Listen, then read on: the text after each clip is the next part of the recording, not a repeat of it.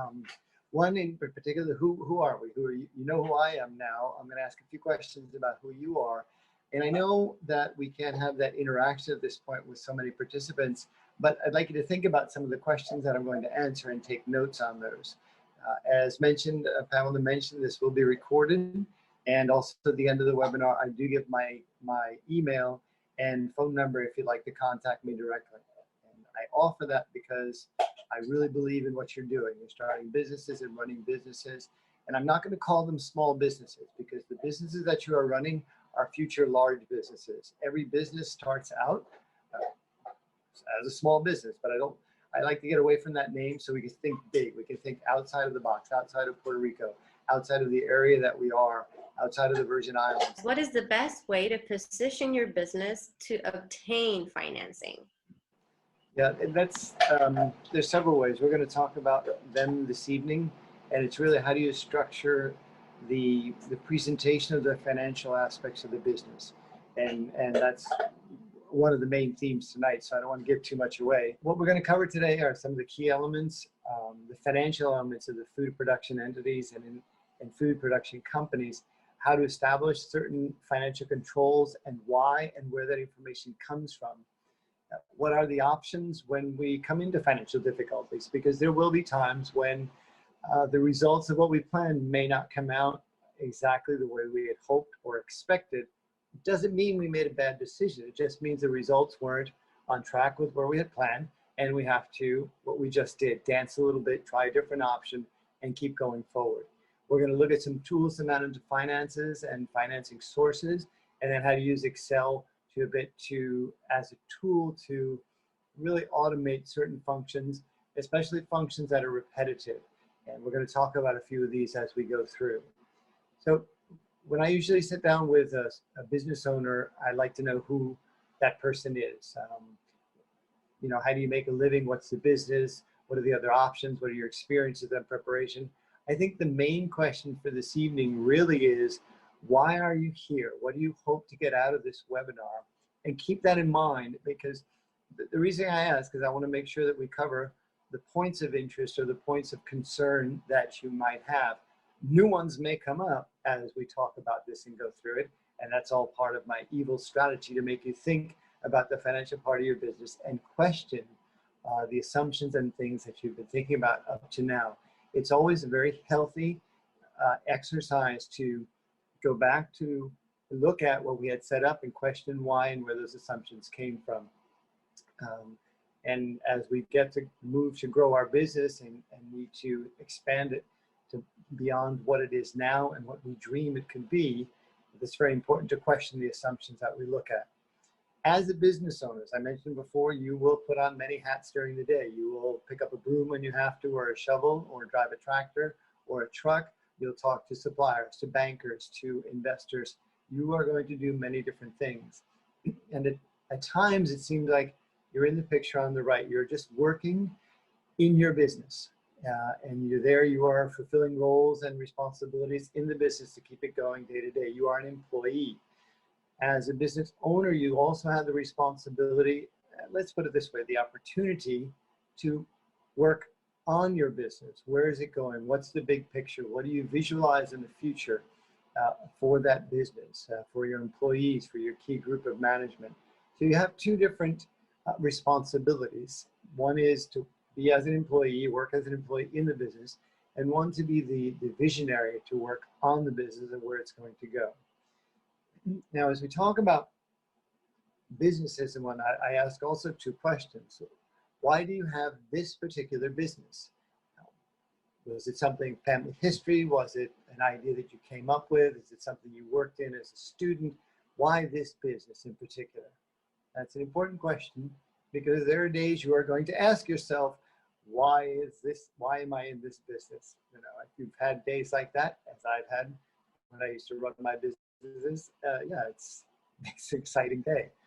Second question, perhaps the most important, is what is this business for? What is its reason for being? And from that, what I mean is, what's it going to do for you? Is this a business that you want to grow and create in order to sell it to some buyer in the future? Or is this a business that you want to grow and keep in the family and provide an income for you and the family for the next how many years? And this question is very important because depending on what our perspective is and what our end goal is, that will have a direct impact on how we make or certain decisions that we make along the process. If I'm trying to get this business to grow and make it pretty so it's an attractive asset to be sold in the future, I will make more decisions about reinvesting in the business. And every time I do that, it's going to be for the purpose of getting it to a point quickly so that I can sell it. If it's a business that I'm planning on keeping for many, many years and hopefully passing on to my children, then the decisions that I make are going to be different. Not better or worse, just different based on the focus. And I had those visions about, I used to have a financial planning firm back from 1990 to 2005. And I had visions that maybe perhaps one of my children would like to take over the business. And that didn't work out. None of them was particularly interested in working with people in their personal finances. They're very good at it because I brought them up with the important knowledge of how to live with very little income. Yes, cheap. Anyway, back to this. Financial statements. We look at these, and one of the questions that was asked before we started, or as I was trying to get the internet connection to work, was having to do with how do we get financing perhaps in the future for either startup capital or working capital or an expansion. And the answer to that is going to be in the information that's presented in your financial statements. Now, I recommend having financial statements for the business and also financial statements for your personal finances. And if we're going to be disciplined about running a business and looking at the net worths report in the business financial statements, the budget report, the income statement, the cash flow report, we're going to be very structured on how we calculate that, how we gather the data, and how we can measure, because that information is very important for us to measure how our business is doing for us. On the personal side, it's also very important that we're that structured, because as we look for financing, we may be asked to give personal guarantees on loans, and we will have to have our personal finances also in a structured and disciplined and presentable manner. So if we're going to be disciplined about the business, I recommend we be disciplined about the personal finance side and in the presentation of that. Now we're going to look at a few things tonight. I pause here for a minute and wonder how many of you have put together your business plan. It is one of the most wonderful documents that you will produce, and it is excruciatingly tedious to do it the right way. And I say this with a smile because the business plan is hard to do. And you won't do this alone. There is help out there from free sources that can help you put together a business plan. And you want to do this job well, because your business plan is composed of several key components or parts. The first is your mission statement. And that guides you as to why you're in this business. So the answer to the first two questions, why are you in this business and what is this business for, form your mission statement. And essentially what you're trying to do in the business plan creation is put down on paper, before you actually invest any money, your idea to make sure that it's going to work. And by work, I mean it's going to produce a return on your investment, enough capital for you to cover costs, pay back any loans that you made, and then produce a return in addition to what you earn as a salary or as an employee. Second component of the business plan is the teamwork. Who is in your management team? Who are these people? And this is very important to pick correctly. And sometimes we don't get it right. I say this because I was involved at one point in my financial planning company. We grew to 4 partners in the company, 9 employees. We had very varied services that we offered, diversifying the income of the company. The idea was good. The people, the mixture of the people didn't work out because different personalities came into play. So it's very important the team members that you have are very clear on what the mission of the company is. And if you're the leader and you're going to hire people to work with you, you show the example, you lead them, and they have to buy into the idea. So the decisions that they make on a daily basis are pushing toward that goal. You need to understand what your market is like. How do you describe the market that you're going to operate in? Who are your competitors? What are the risks in your market? Who are going to be your clients or customers? What are the opportunities? Obviously, when you start a business, you're seeing an opportunity or feeling an opportunity. In the business plan, by putting this down in black and white, you begin to flesh it out. You begin to develop in more concrete terms what the opportunities are. So you begin to look at, because that's going to go on into the financial part of this when you do your projections. The business concept, how is it going to be structured? And there you're going to need the support of a legal team in terms of the structure. Is it a corporation? Is it a limited liability corporation? Is it a partnership? Are you DBA to start out? All different ways of setting up the structure. And your business plan will lay that out. And then specifically, who is your competition? Who's going to be not very happy that you're entering the market because you're going to compete with them? And what are your goals and objectives for the company, short term and long term? At the beginning, when you're thinking about this, some of the information you write down may not be as focused as you hoped. And as you work through this and revamp and rewrite and reword, you will come to specific goals and objectives. And these are important because you're going to measure your progress against what the goals that you have and that you've placed in this business plan. And then the financial plan is in bold and it's larger, not because that's the part I like, but that's the part we're going to talk about.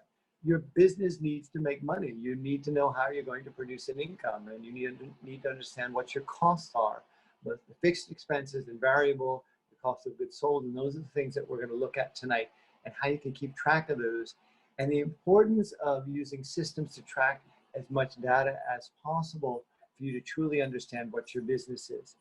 And in the other areas include the required resources, how many people you need to do this, what systems are out there to help you do this, and what are the risks involved in a business. And obviously in food production, at the basic level, on the farm level, where you are producing the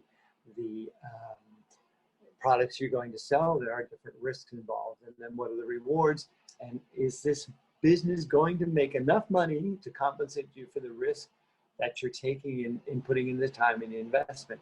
All of this information comes from the business plan. And I say it's a wonderful document. It's incredibly tedious to put together. There will be times you're not going to be happy about it. And at the same time, you need to be sure you do it very well. Now, the bad news is when you're done with this document, it's not worth anything. I know that sounds kind of cruel. You just put it together, spend hours and hours on it. What is of value is the process that went into this, the thinking. That's where the value is, because it allows you to question assumptions, look at things in the future, how this business is going to go. That's where the value is, and that's why you need to put this together. If you're looking at my left hand, my right hand moving a lot, my dog has come back to say hi and wants to join the presentation tonight, apparently. He's a 1-year-old puppy. It's one of the disadvantages of working from home. So in this, what are we going to look at? We're going to look at some key financial elements in the food production entities. And we're going to look at income and expenses, terms that you probably understand clearly, and we're going to look at how they apply. What are the production costs? How much does it cost you to produce what you're going to sell in products or services? What are your fixed costs? And what are your variable costs and the profit margin that you hope to get from this?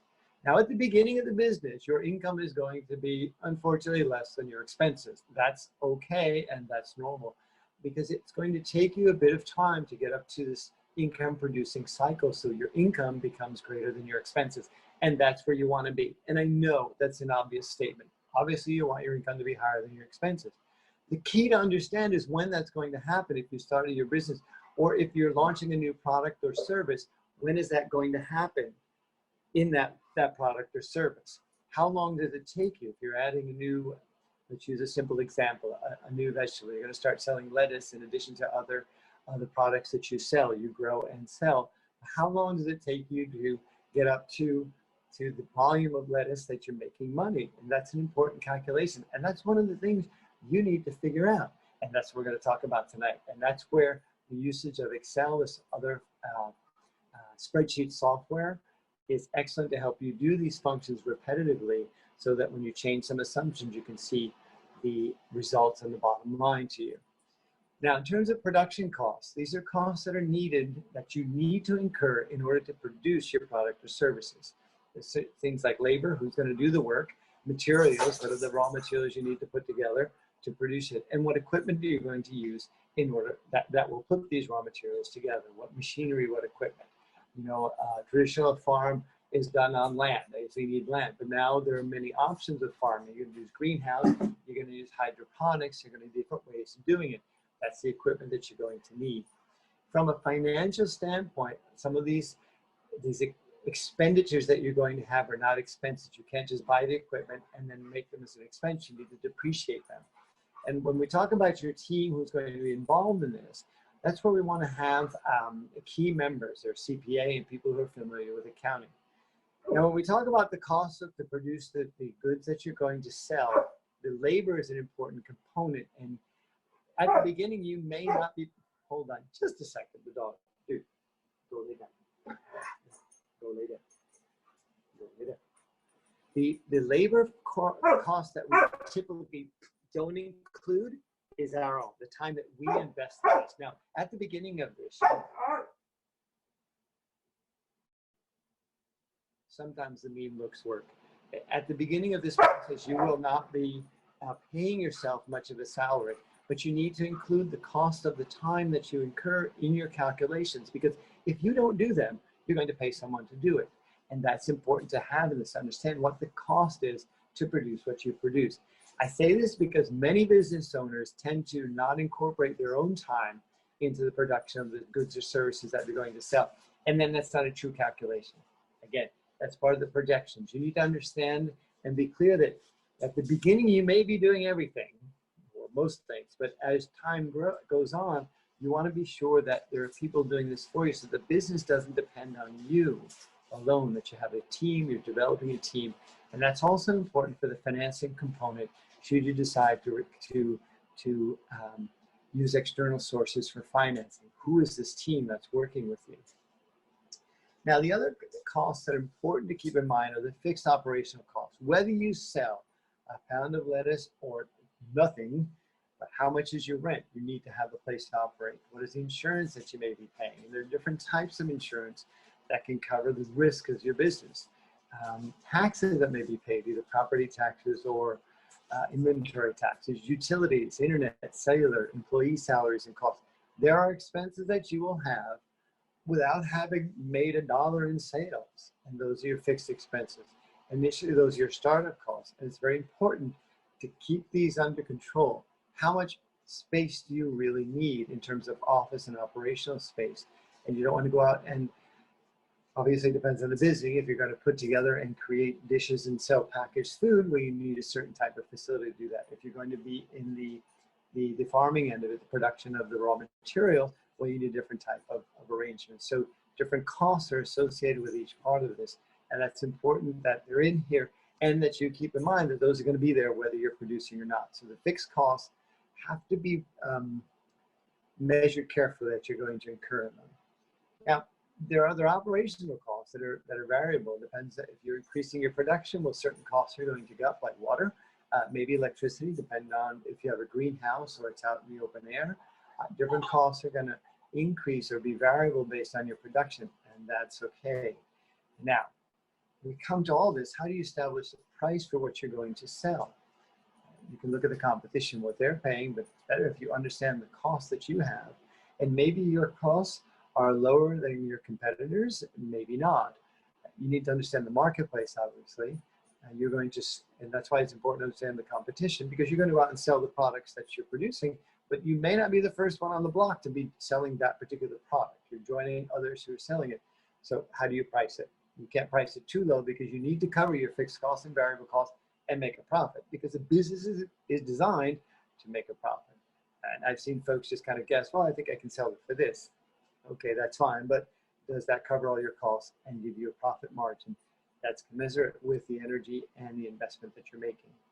So when we look at costs and prices, two things. I have my cost of producing this service, this product, and that's composed of the materials I need, the labor, and the overhead where I do this, and then I calculate a cost per unit. The cost per unit is an important calculation, because your cost per unit for, say, lettuce is going to be different than beets, or it's going to be different from cilantro, or it's going to be different from carrots. I'm just throwing out, because there are different time cycles, how long it takes for those to produce, and the volume of the area. So you're going to have to figure out what is your cost per unit on each one of these. And that's also somewhat tedious.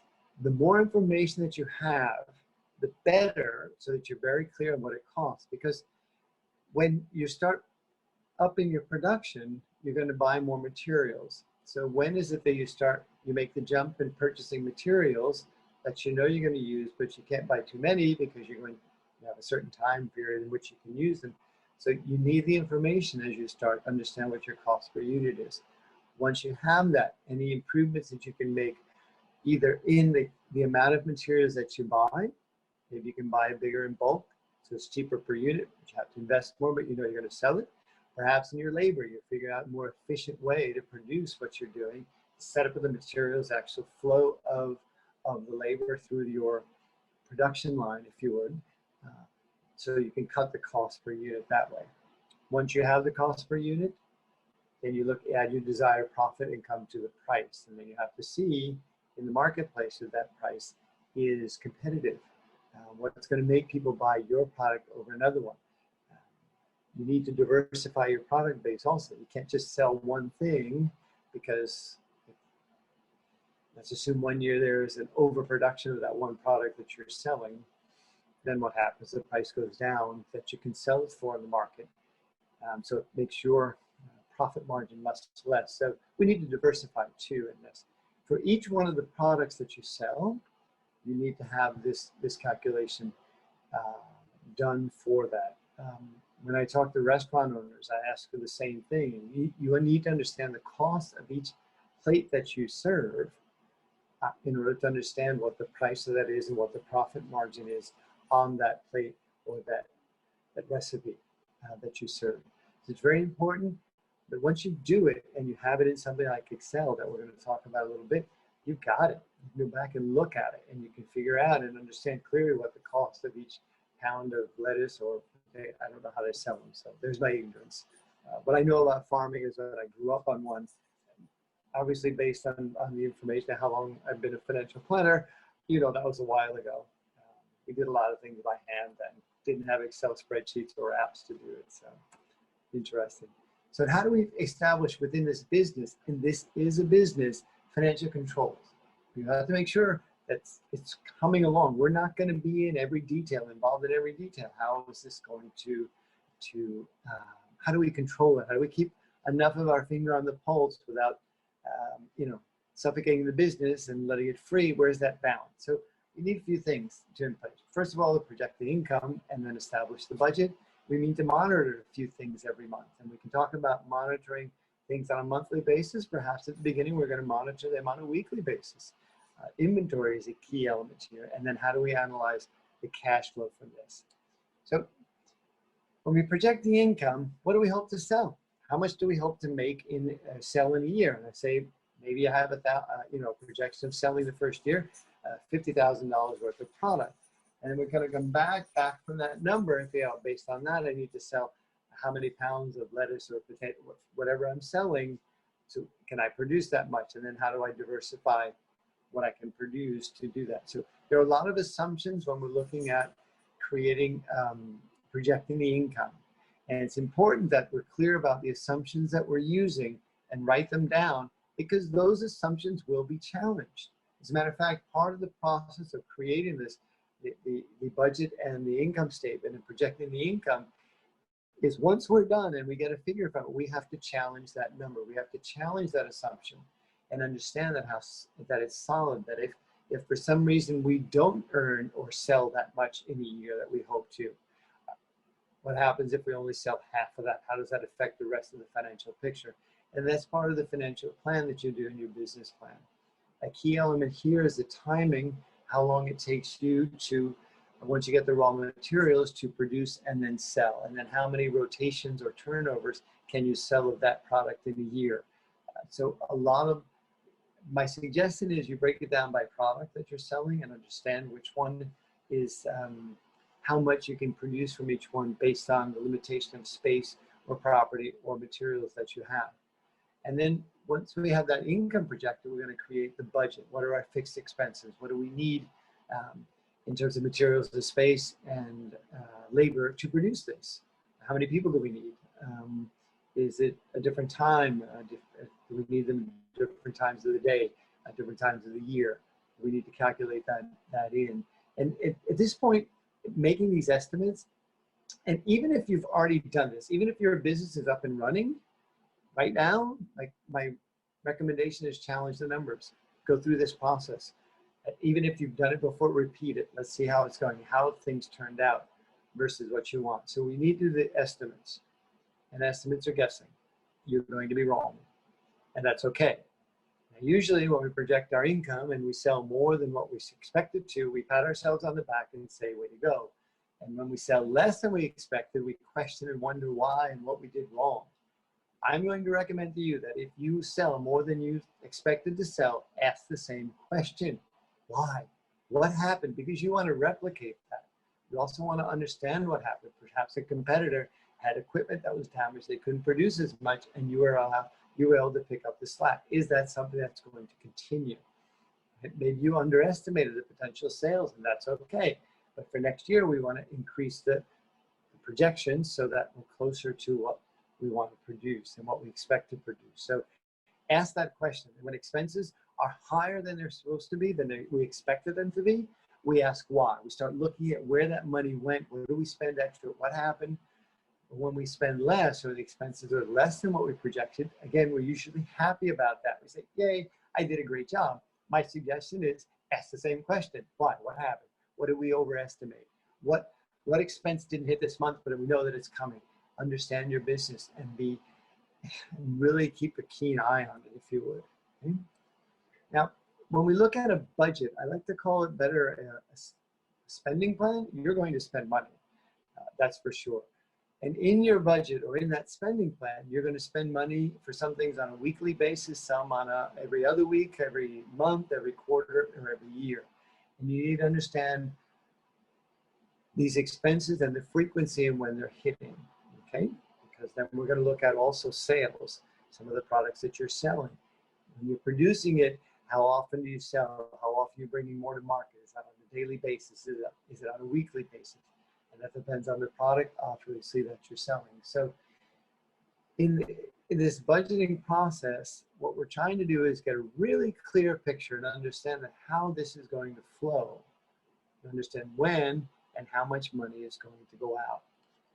Now, we have to monitor a few things on that, okay? Especially, I would do this on a weekly basis at the beginning, understand what our expenses are and what our income is, and then compare the actual to what we projected. Were we on? Did we get this right? Was our assumption good? It's always good to question what we've done to try and do it better. You want to be very careful about accounts receivable. And the question is, should you even sell on credit at the beginning? And I say this because cash, as we know from Maria, cash is a wonderful thing. If you have cash, you have options on a personal financial basis and also in a business. Options and opportunities, because if you have the cash on hand and some of the materials that you need, they're offered to you as a discount, and you'd like to take advantage of that better pricing, which will lower your unit cost, therefore increasing your profit margin, you need to have the cash on hand. So be careful about accounts receivable. At the same time, as we begin to work with suppliers, you're going to ask them to finance some of it. They usually want cash up front, and so they get to know you and that you're going to pay on an ongoing basis because they're running their business also. So be careful with accounts receivable. The other area is inventory amounts. And do you have an inventory system based on just in time or just in case? Just in time is you're going to get the materials just as when you need them or shortly before, so you have them. Just in case is you always seem to have extra. Inventory is money. So if you've spent cash and capital on inventory, how quickly is it going to produce? You have to be very careful, especially if in your inventory there are perishable items that if they're not used on the basis or as quickly as they should be, you will lose them. The same thing if you're a distribution company and you bought these products at the local farm, how long can you hold them? And then you have to distribute them or to resell them. So keep a very close eye on the inventory and understand how it's moving. And I would say that's when companies, businesses look at what they're doing, they usually find that there's a bit too much in inventory. And I know we like to have things, and in islands, we have to have things just in case. We can't sometimes count on really excellent delivery times and whatnot, do all sorts of things. And let's just blame most of it on the weather. So that's a little harder to run just in time because the deliveries are not as frequent, perhaps. So again, that's going to go into my cost of production and then in my pricing mechanism. I think the most important financial statement or financial report that we're going to have is our cash flow. How is it coming in? And we can do this. I know this says on a monthly basis. At the beginning, I would do it on a weekly basis. How are things flowing? And cash flow is, at the beginning of the month, I started with $100. I deposited $200. I spent $100 on materials. So at the end of the month, I have $200.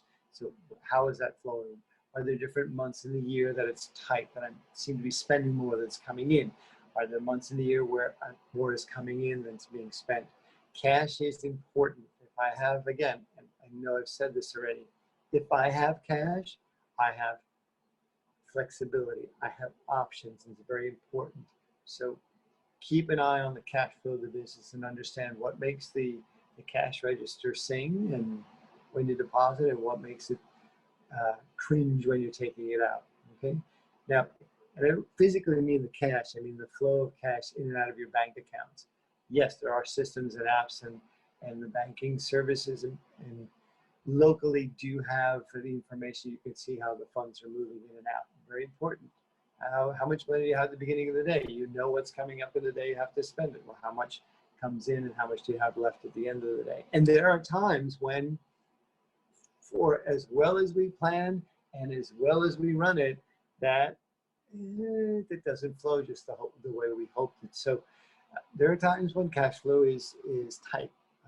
That will happen. That's running a business. So that's why it's very important to have working capital, and it's very important to have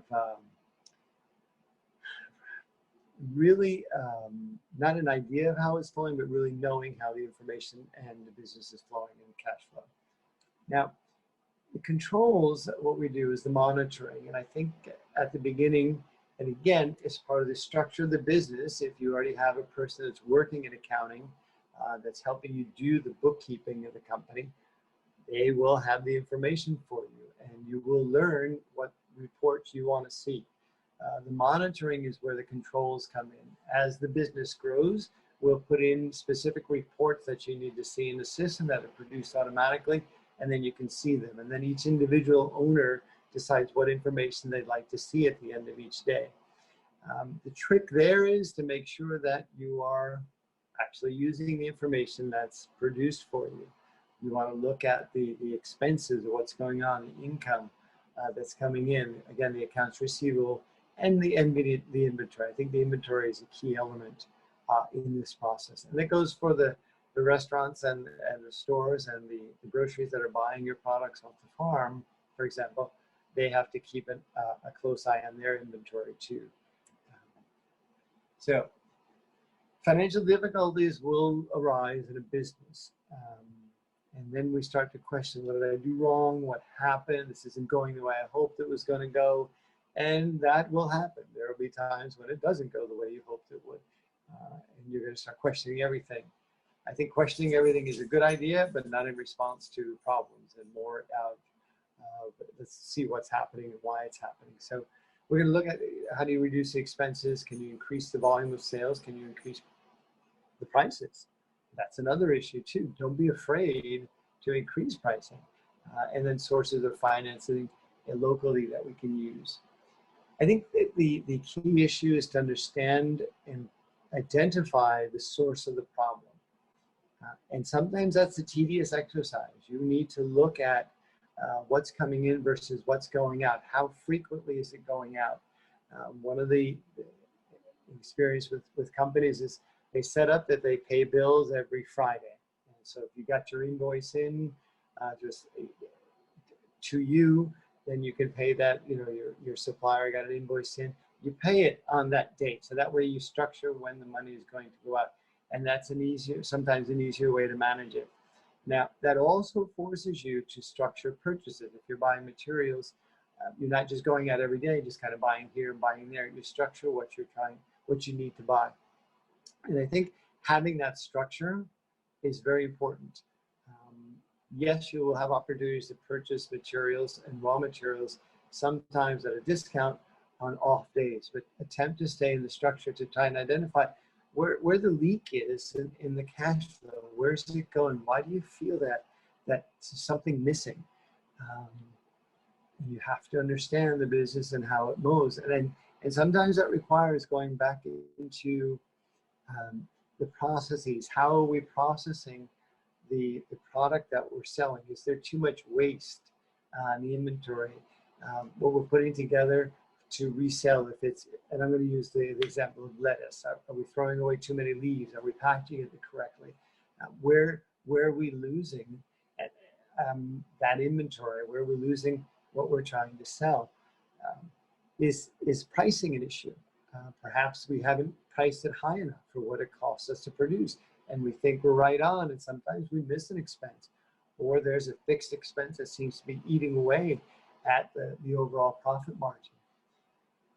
I think important is to understand what the profitability is of each product that you're selling, so that you can understand that, well, let us generate this much on a per unit basis. We can do cycles every 2 weeks. I have no idea how long it takes to grow, for example. Obviously, maybe that's every 2 weeks, you're getting a new batch out.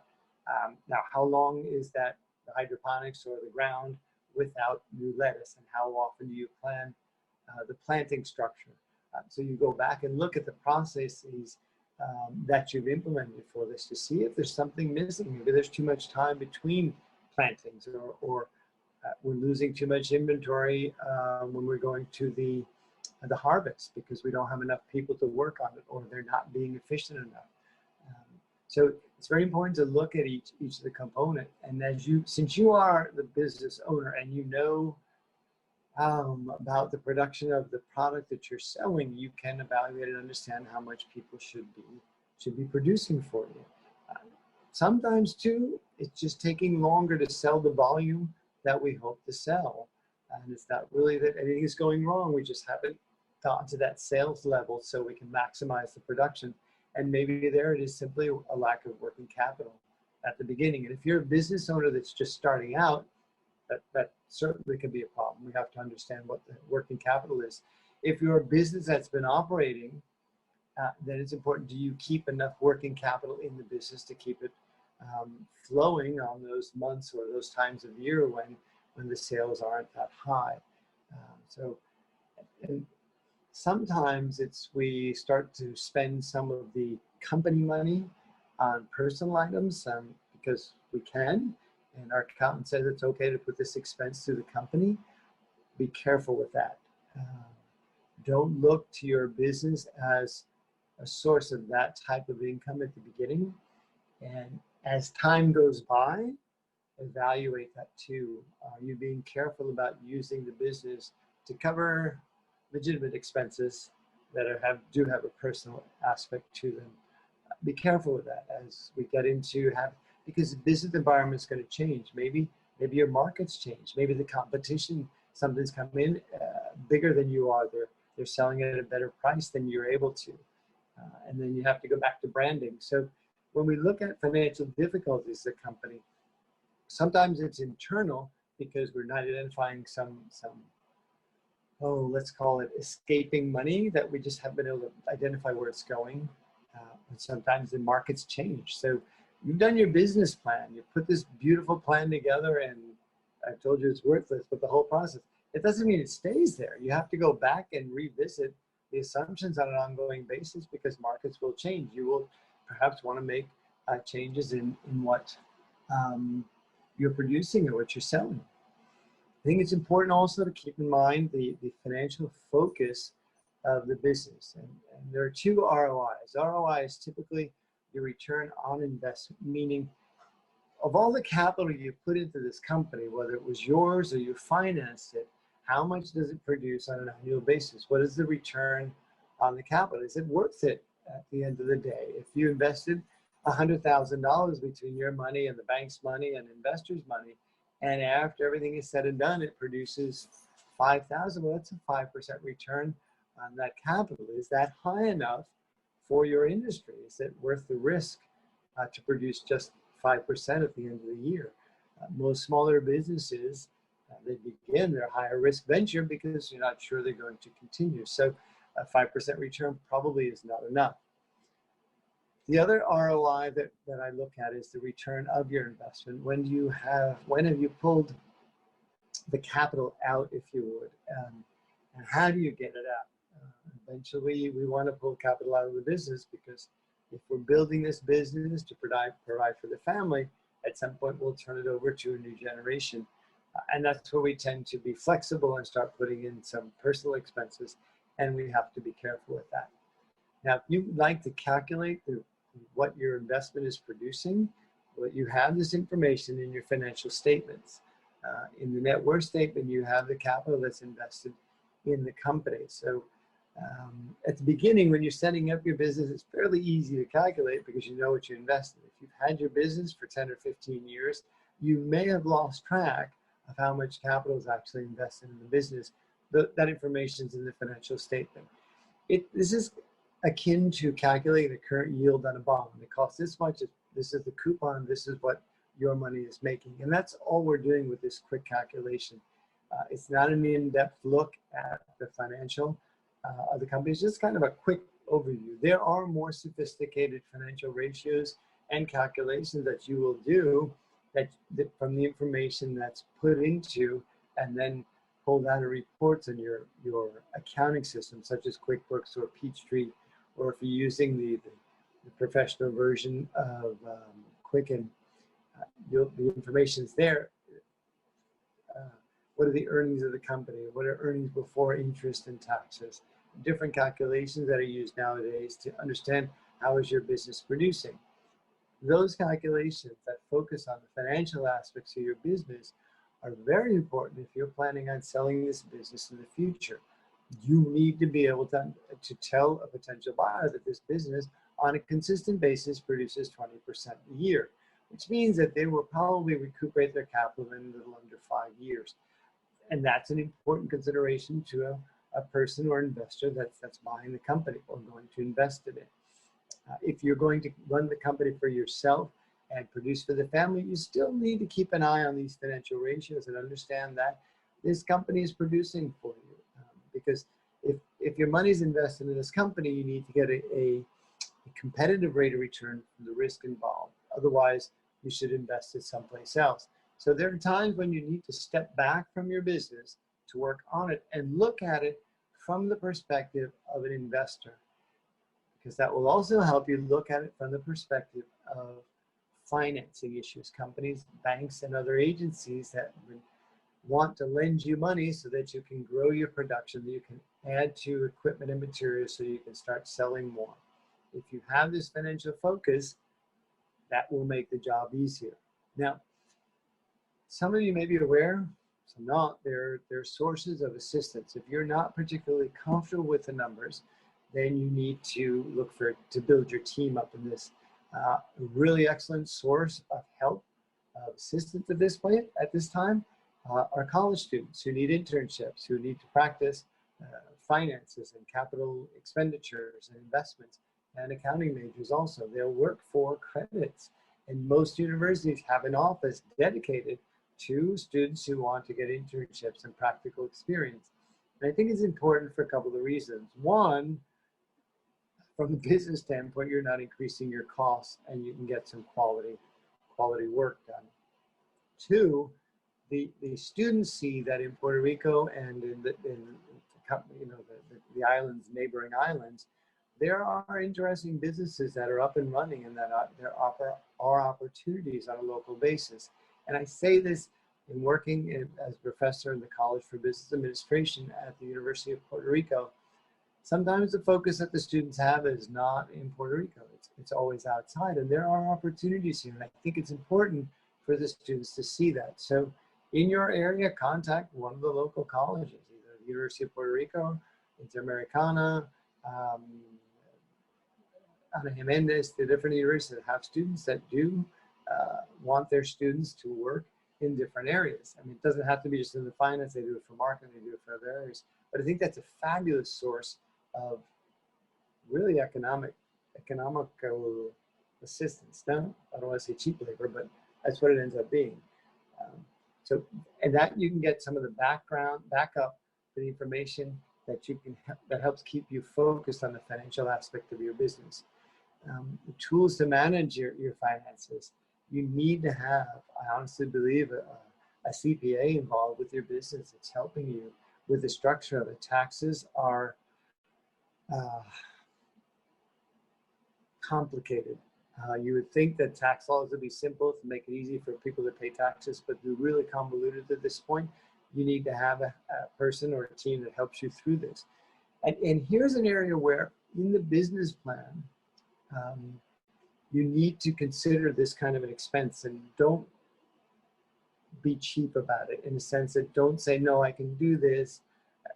Put in a budget amount to get some advice. You need advice from business advisors, especially business folks who have been in your business. They used to become competitors. Now perhaps they're consulting. Maybe they still have an operation that's similar to yours. Most business owners are willing to talk about it. But you do need an advisor. You need to bounce things off of people. The ideas that you're thinking may be crazy, and maybe they're right on. And I say this because at times we tend to not talk about our business ideas and what we're planning on doing because we don't want to let the cat out of the bag. We don't want to let our competition know. It's just an idea. You don't know if it's going to work, so you have to talk to people who have more experience than you do. So don't be afraid to use key people to help you manage your business. Talk about it. There are, as I say, different sources, the agencies that provide financing that we're going to look at. They have resources that can help you do this. Don't be afraid to ask for assistance to talk about your ideas and get a different picture. Sometimes we kind of stay in our own world. We focus, this is how it should be done. This is how I want to do it. This is the best way. And maybe you're missing an opportunity to tweak your idea, and all of a sudden it just takes off more than you ever expected. So don't be afraid to talk about it. Contract quality services to help you through this. You need an attorney, for example, to set up the structure, the business structure, whether it's a corporation, an LLC. I know it's not a tedious process, but set it up and make sure it's set up right through the first time. And getting through all the requirements and permits and things sometimes can be tedious, and we can complain about it all we want. The bottom line is that's what's there. We have to get through it. So we do it. That's the cost of doing business. Should it be that way? No, I think it should be very simple. It's not, so just understand that there are certain things that we shouldn't fight. And there are certain things we need to get help with, and don't be afraid to ask for help in contract services.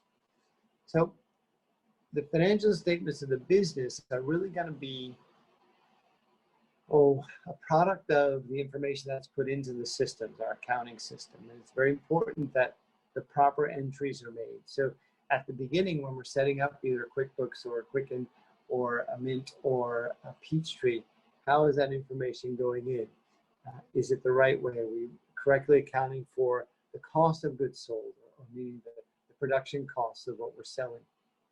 Most of the financial packages, accounting packages out there, have templates that are already set up for particular type of businesses. So, and they have now with the so many chats and communities that are online, you can often post a question to, say, a QuickBooks community about perhaps your business, a farming issue, how do they enter it? And someone will respond with an idea. That takes time to do that. So if you're not particularly interested in doing that and it needs to be done, well, that's where the students come in, or a team member that you have that comes in. And once you have the business financial statements, make sure your personal financial statements are up to date also. There is very important, your net worth statement. And then on your net worth statement will be the value of your business, because that may be the main asset that you have. And that's quite okay. The idea of the personal financial statement is, as time goes by, you need to diversify your investments and not just have everything into the business. And how you do that is by keeping track of your personal finances and making different investments inside of the company, again, as it grows. Now, one of the things that I like to do when I'm working with a business is take a look at their financial statements and get a feel. What do they say? So what do your financials say about your business? What do the and not just the numbers, but how it's presented, how things are thought through, And it's very important that you're clear about this and you understand the message that your financial statements are sending out, because those will be used by financing institutions, banks and agencies, and or investors. So what do they say about you? The other item to keep an eye on is, what are those key elements in your business that, you hovering over the business, say you're 20,000 feet, in Spanish, abuelo de pájaro.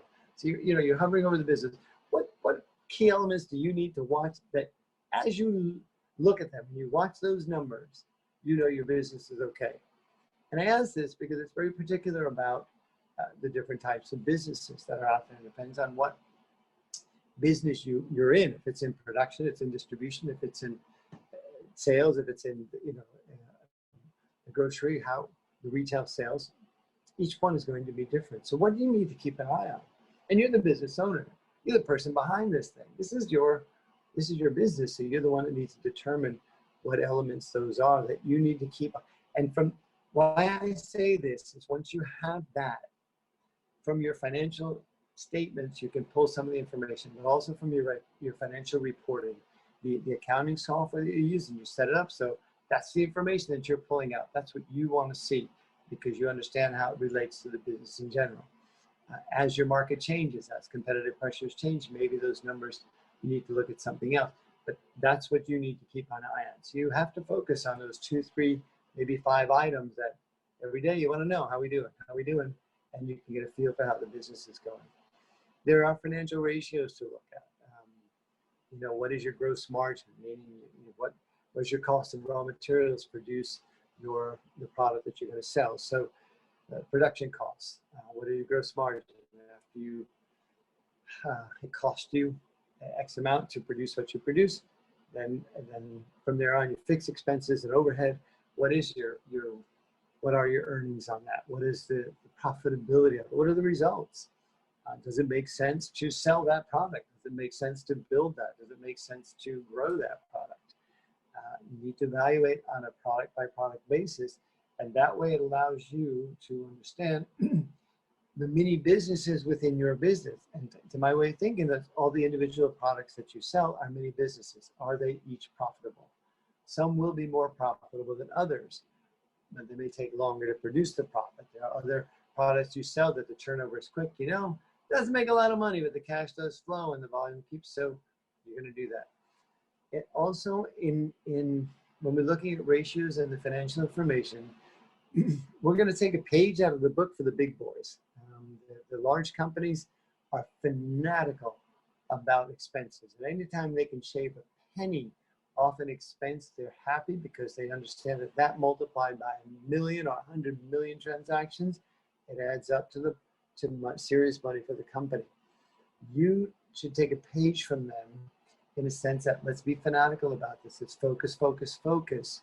And discipline is important in this area. And what are the financial ratios that your business, what does it tell you about it? Don't round numbers off. Draw them out to 4 or 5 decimal places. See how you're improving on that and focus on that. Now, for each individual industry and business, there are different financial ratios that are important for that business. So you need to identify which ones are important to yours in particular.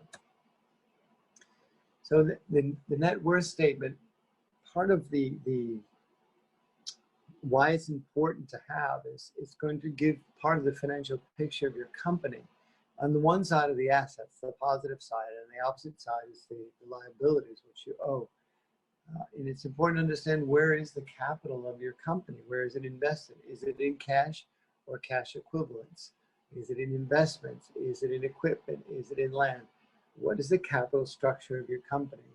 And then the liability side is how much do you owe and under what terms? You will need to borrow money. And borrowing money is not bad, as long as the money you borrow, you put to work and it produces more than what it costs you to borrow.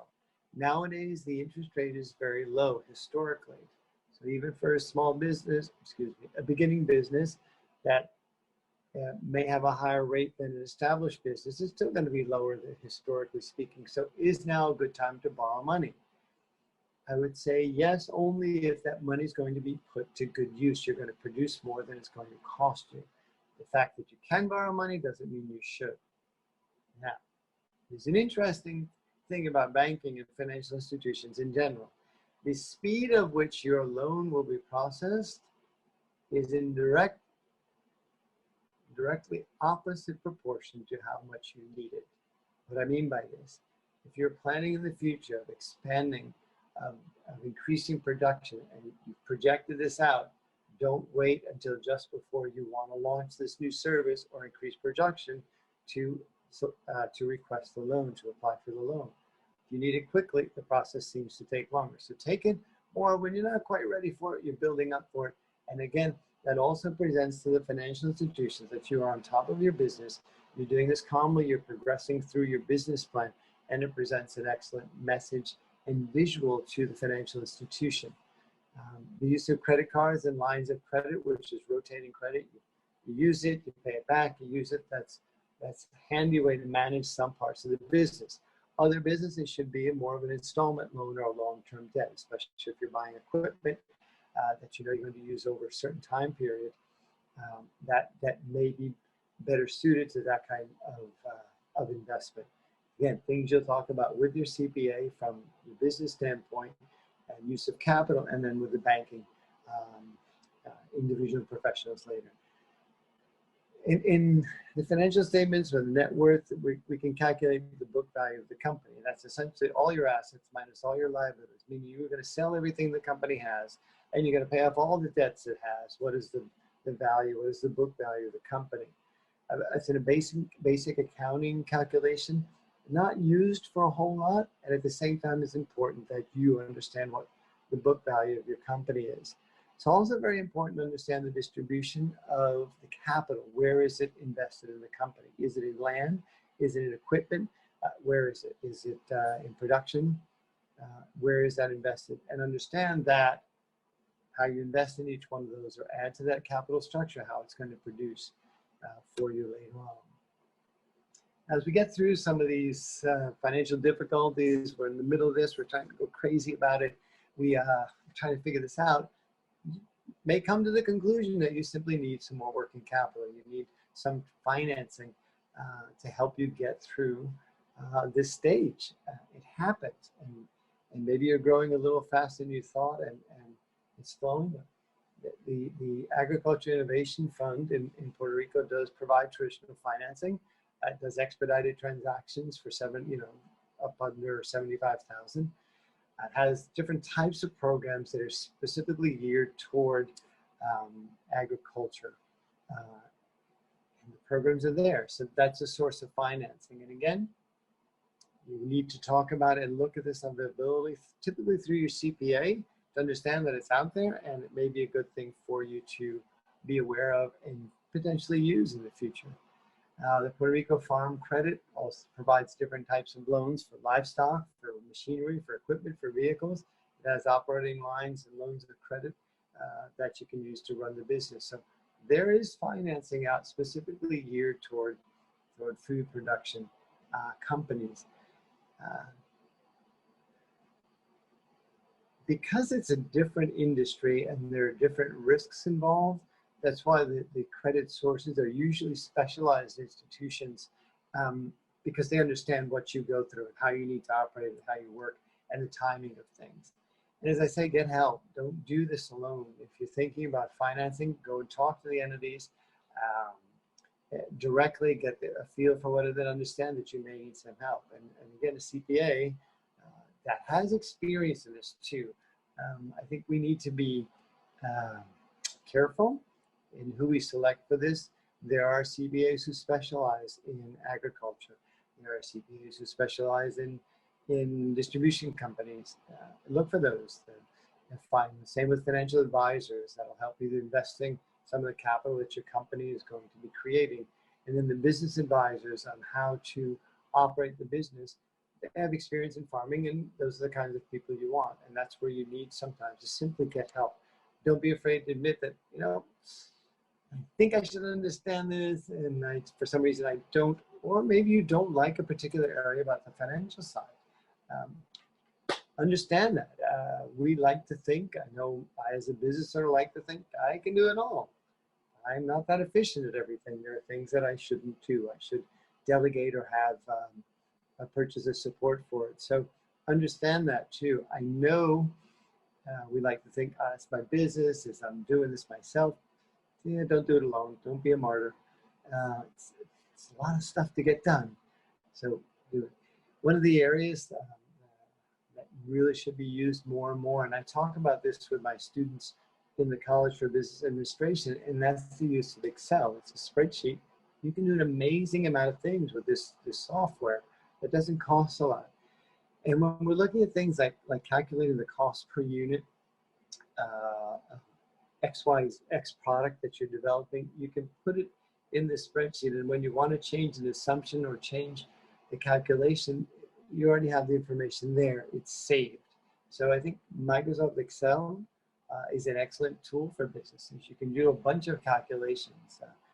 And if your forte is not in doing these calculations, looking at statistics, looking at trends and things, again, there are students out there who will show you how to do this and set this up, and employees who may be creative about it. One of the biggest things about Excel is that you can do formulas that will streamline processes, which will give you faster results. And if you want to, again, going back to the example of what does it cost you to produce that product that you're selling, or product A, if you get a change in the cost, or if the cost of your raw materials goes up, you can put that information into that formula and figure out, okay, what's that going to do to the profit margin? How much do you have to raise prices to keep up? Will the competition allow you to raise the prices to be able to compensate for your increased costs? All those kind of things can be done in the software, and you can be much more structured in how you look at things and if it's worth it. You can also download information from programs like QuickBooks and Quicken and Peachtree. It'll dump the information to Excel, and there you can analyze it and evaluate it. One of the really excellent tools of Excel is being able to graph the information, draw a picture. I know numbers, I like numbers, I can look at a table, but sometimes you put a graph up there, it tells you the information. So data visualization is an important function of Excel, and that tool will help you do that. It'll help you identify trends, things they're going, and from the financial standpoint, it can tell you if trends are going up.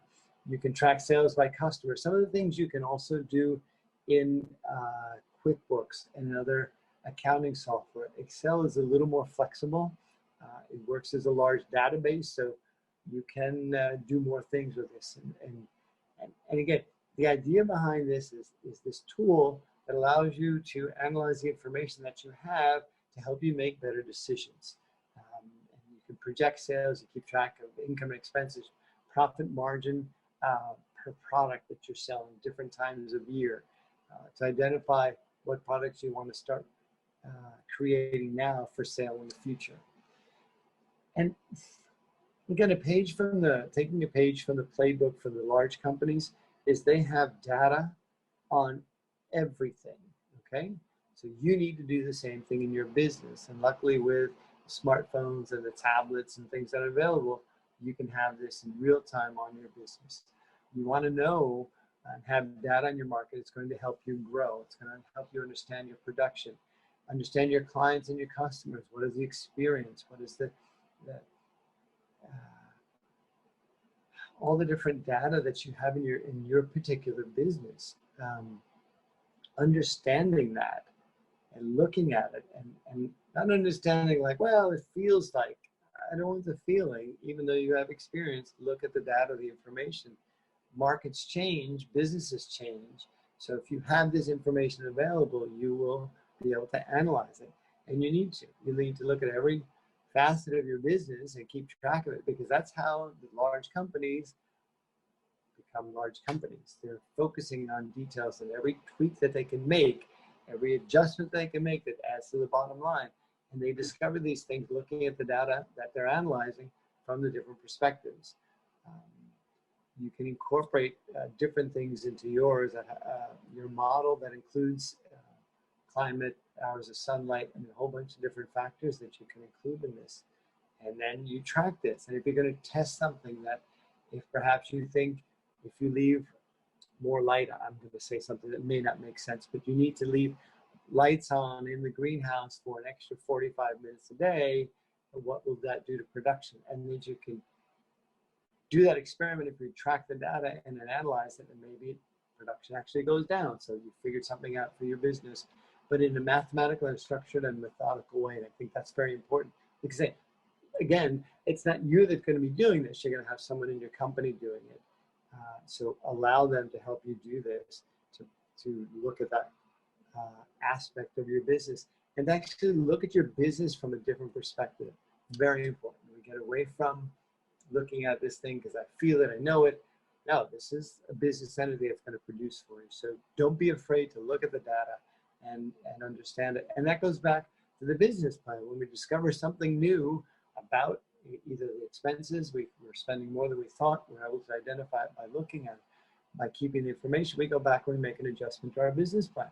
There may be a time when after a while you've been selling this one particular product. Again, we use lettuce. And after a while, there are too many people producing lettuce. You just can't make enough money. Well, you have to identify that trend. Is the profit margin for this particular product? How is it changing over time? What are the new engines? Because you, as you're working on your business, you're stepping back from it. You're working on your business and you're looking at what's going on around you. And there are new entries into the marketplace.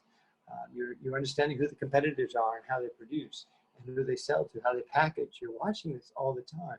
So you need to be alert about this, about your business from outside, but also inside the business to be alert about the expenses and reduce them whenever you can. If you can cut down an expense, as long as it doesn't affect production in a negative way, cut it down. How can you increase sales in terms of volume? And that will come from that client experience. When you promise a delivery to a client, do you make it on time? If you say it's there at 10 o'clock, are you there at 9:50? Different things. If you're in a distribution company, are you copying things from the big companies? I think it was UPS that at one point implemented a system that said no left turns at traffic lights. They created the route and drew out the route to make sure that no light would be waiting for a left-hand turn, because every couple of minutes that a truck has to wait during the day adds, say, an hour of time when they're just sitting there waiting in gasoline, and multiply that times how many trucks that they must have over the country. It's a lot of money. So that's something that the big guys did. Can you do that in your company? So don't be afraid to watch, look, and learn. Maybe you can increase sales. Maybe you're going to reduce some expenses. And if you can reduce the cost of gasoline in your truck, maybe you're using 2 less gallons a week. Keep chipping away. And there's really no expense too small to reduce. So no reduction is too small to incorporate into your business. Increase the sales. And when can you increase prices in the products that you're selling? That's also important to understand. There's nothing wrong with increasing prices. Your costs go up. It's called inflation. So you increase your prices to customers. Again, within what you can do. And the information that you have on your business is very important. When you're doing all this, be clear about what your income is. You will earn income from 2 sources. One is the salary, because you are an employee of the company.